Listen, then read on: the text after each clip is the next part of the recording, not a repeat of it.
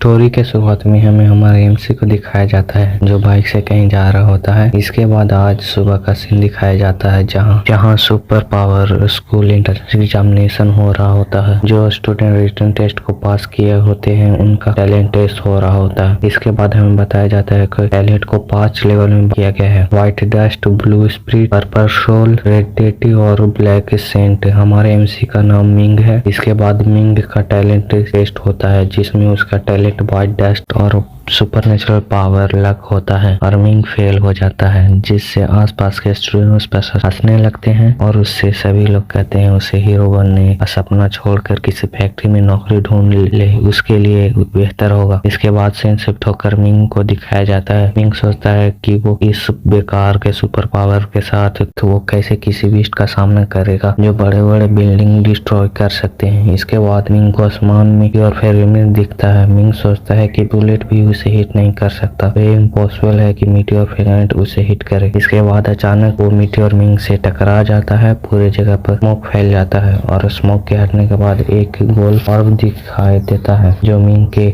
में ऑब्जर्व हो जाता है। इसके बाद हमें किसी एंटिटी को दिखाया जाता है जो मिंग को अपना होस्ट बना लेता है। उसके बाद एक नोटिफिकेशन पॉपअप होता है इस पर लिखा होता है होस्ट के पास कोई एबिलिटी नहीं है, आसानी से मारा जा सकता है। के बाद दूसरा नोटिफिकेशन पॉपअप होता है जिसमें मिंग को पावर मिलता है प्रोफाउंड फिस्ट जो रेड डेटी लेवल का होता है। जिसके बाद एंटिटी बोलता है अब ये फाइटिंग में अच्छा हो जाएगा। सीन शिफ्ट होकर हॉस्पिटल को दिखाया जाता है जहां मिंग को दिखाया जाता है जिसके सिर पर लगने के कारण मिंग कोमा में चला गया होता है। इसके बाद कुछ दिनों के बाद का सीन दिखाया जाता है। मिंग से मिलने की आई होती है।